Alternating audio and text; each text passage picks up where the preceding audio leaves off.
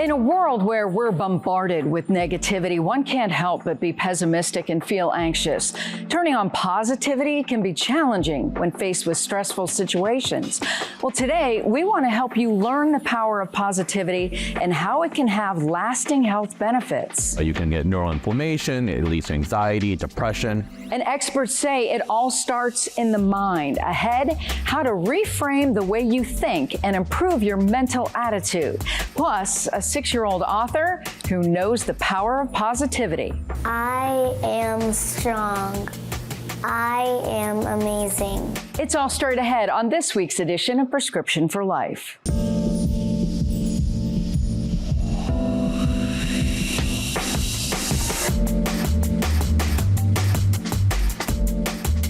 Thank you so much for joining us. I'm Monica Robbins. We've all been through challenging times, individually and collectively.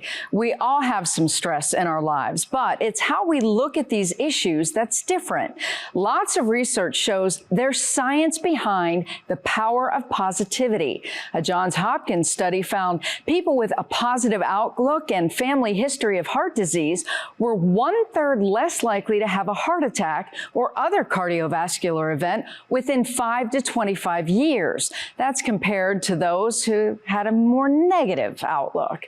A University of Kansas study found that smiling, even fake smiling, reduces heart rate and blood pressure during stressful situations. The Mayo Clinic claims that positive thinking can increase your lifespan, reduce depression, and build up your resistance to the common cold. Being positive may come easily for some people, but for those glass half empty people, our expert will show us how to learn this skill.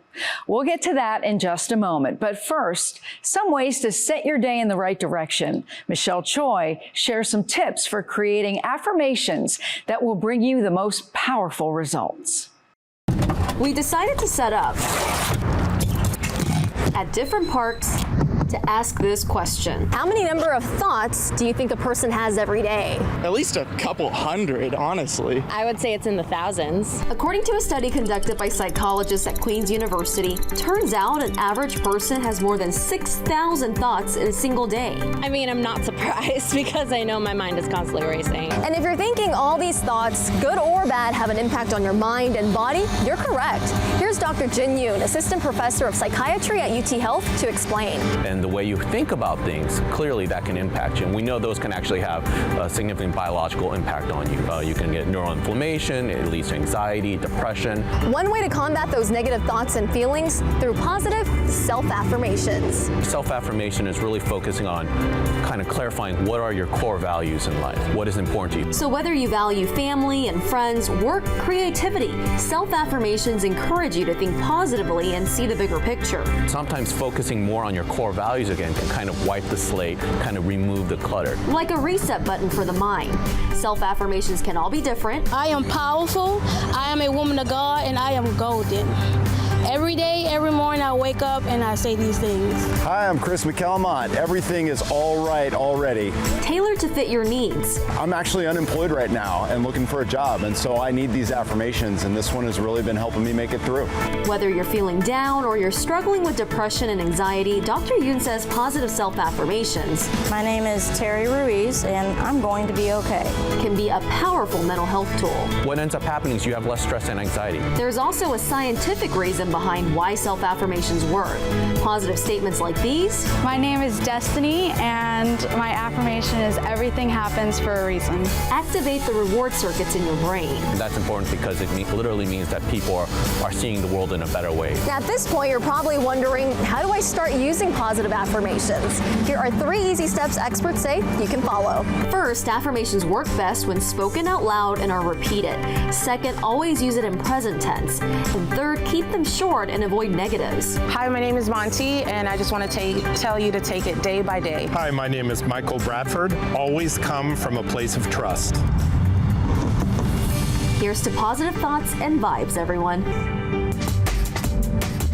Now to our expert who shows us how to become more positive. Joining me now is Dr. Susan Albers, who is a psychologist with Cleveland Clinic. Thank you so much for being here. Thank you. Every time you're here, we learn something new. And today we're going to be talking about improving your mental attitude. That is a mountain for a lot of people to climb, especially with all the negativity that's coming at us constantly. So where do you start? It's true. We are surrounded by so much negativity. A positive mental attitude are those hopeful and optimistic thoughts. And we're not ignoring that there is negative things, stressful things happening in the world, but we choose where to place our thoughts and putting them on the upside. And what research has shown is that positive mental attitude is helpful in reducing depression, anxiety. It can even protect your health, because what happens when we are stressed is our bodies are flooded with cortisol when we're negative, and that starts to wear and tear on our body. And the inflammation is the last thing we need, because it just makes you hot and more mad, right? True, very true. So what is the one thing that people can do, at least, because it's, for some people, they're not the glass half full kind of person. They're not necessarily a positive person to begin with. So how do you change that framework in your head? For some people, it comes naturally, but if it doesn't, that is okay, because it's something you can learn and you can practice. The key aspect is changing your self-talk. And self-talk is that inner dialogue that is going on in our head 24/7. And the biggest sabotager of that positive mental mindset is judgment, criticism, and comparison. And so when you start listening closely, you notice how often that pops up. So taking a pause, identifying it, and changing it, putting a different frame. And here's an example. Let's say in the morning you get up and you go over your to-do list and you say to yourself, I have to go to work. I have to do the laundry. And it feels very heavy. Changing one word, I get to, can be a game changer.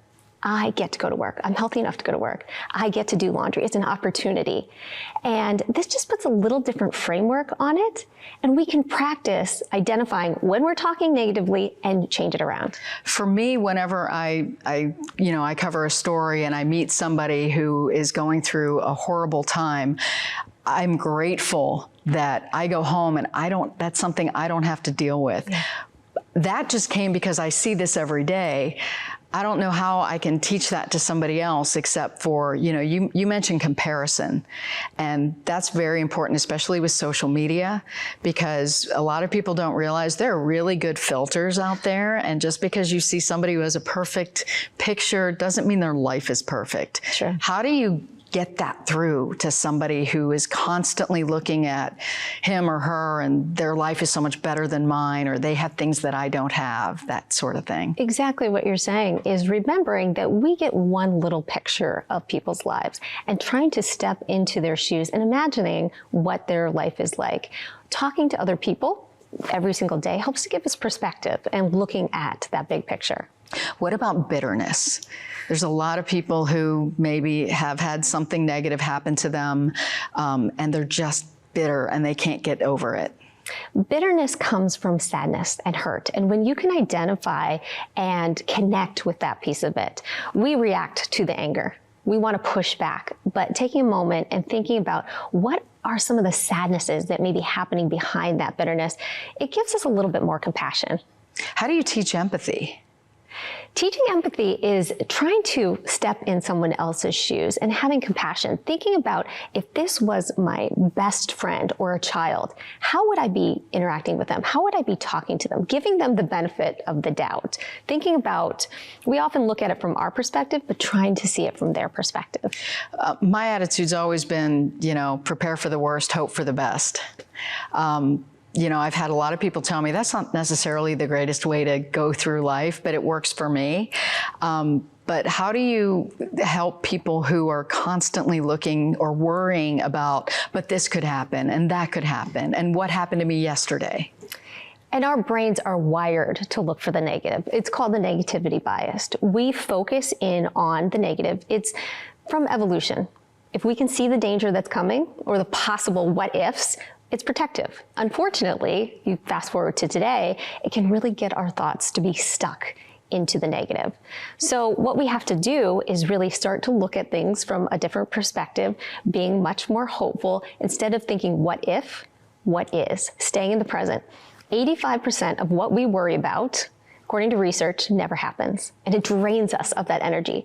So we have to stay present, let go of the past, not worry about the future, and really try and control in the present what we can control. And if things are really bad, live 5 minutes at a time.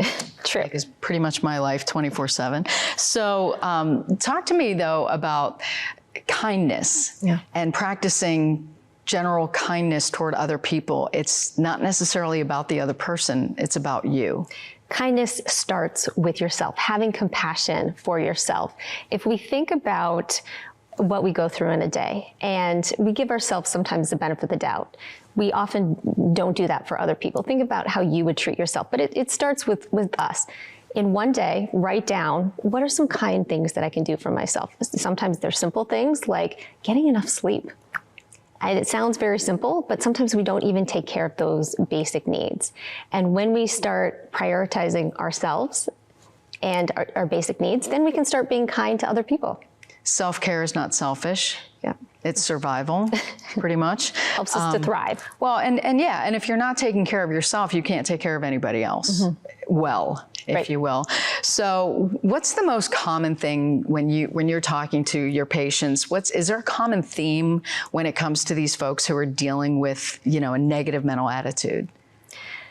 They have often been through a lot in their life. They've maybe had a lot of trauma, a lot of depression or anxiety that has not been identified. And when they start to reach out and identify that it's okay to connect with a therapist, it's okay to get resources to think in different ways, sometimes it's so automatic. You're not even aware that you're thinking in this negative way. And so with my patients, when I start to partner with them, they can see patterns in the way that they think, and that there are other ways of thinking that never even came to mind. Is it worth journaling your feelings then to see that pattern? I love journaling. Journaling is number one. It makes us more insightful. It helps us to identify those patterns, and it gives us an unfiltered opportunity to look at our thoughts and our feelings and connect them, connect the dots. Because often we're looking backwards. Hindsight is 20/20. But if we process our emotions in the moment, we can affect the future. For those who've been through a lot, especially if things were done to them, anger is such a huge thing. How do you work through that? Anger also comes from hurt. Identifying, pulling back the anger and looking at what is truly triggering this hurt.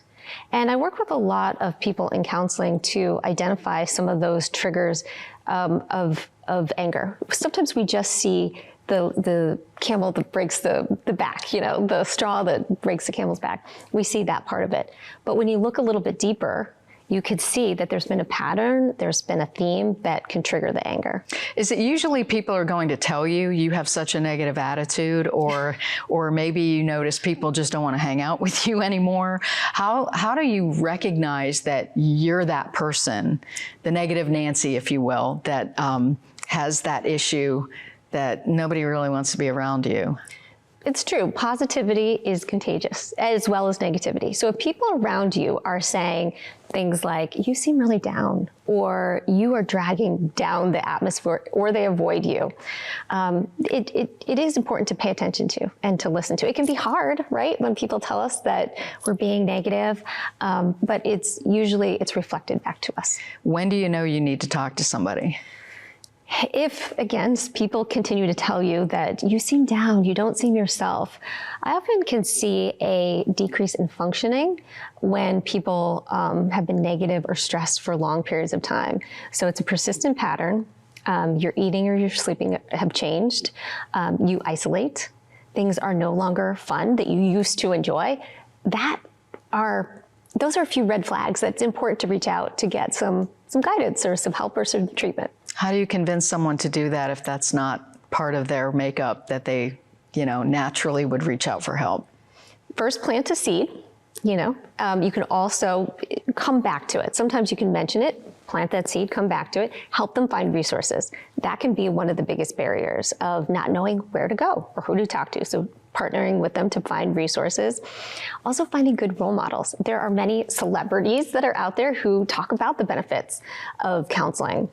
And also, you can take that first step yourself of getting some counseling and showing that it is not as scary as many people think.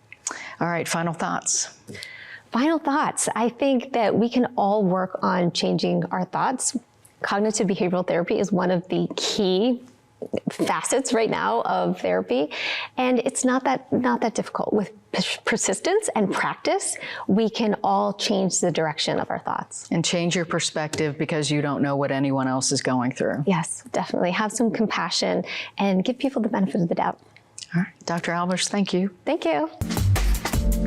Great advice. A South Carolina published author knows how powerful your words can be, and she's only 6 years old. Riley Hackett has her story. I am strong. I am amazing. This is Taylin Goings. She's a second grader, and a couple of years ago, she decided to write a book.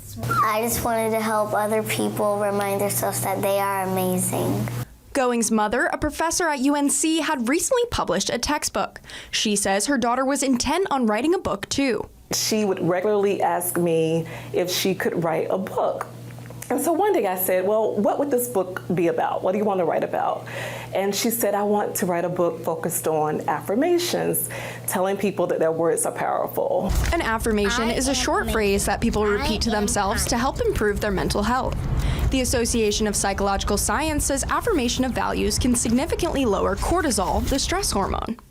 Goings was just 5 years old when she published My Words Are Powerful, an affirmation book. We were just blown away. I remember she was jumping up and down. 1 year later, Goings is sharing her book with schools, churches, and her community. She says she's using the money she makes from book sales to help people in a different way. I started my book yesterday to somebody, and I got $10, and there was this old lady beside the street, and she said anything could help, and so I gave all the money I had with me to her. Reporting in Columbia, I'm Riley Hackett, News 19 WLTX. Now, we know we all can't be positive all the time, and there is something known as toxic positivity. That's an obsession with positive thinking and the belief that people should put a positive spin on all experiences. Experts say it's okay to be sad. It's okay to be angry or frustrated. The message here is to have empathy and compassion for others so they don't feel ignored, unheard, and angry. Folks are afraid to feel, and they're afraid to feel their emotions. But this is really it's a kind of a test of empathy and one's ability to have empathy and show empathy. If someone confides in you, experts say the best thing to do is allow yourself to notice them, sit with them, listen, and accept those difficult emotions. It's all about creating balance. Well, that'll do it for this edition of Prescription for Life. Thank you so much for watching. We'll be back here next week with another dose. Until then, I'm Monica Robbins, wishing you and yours good health.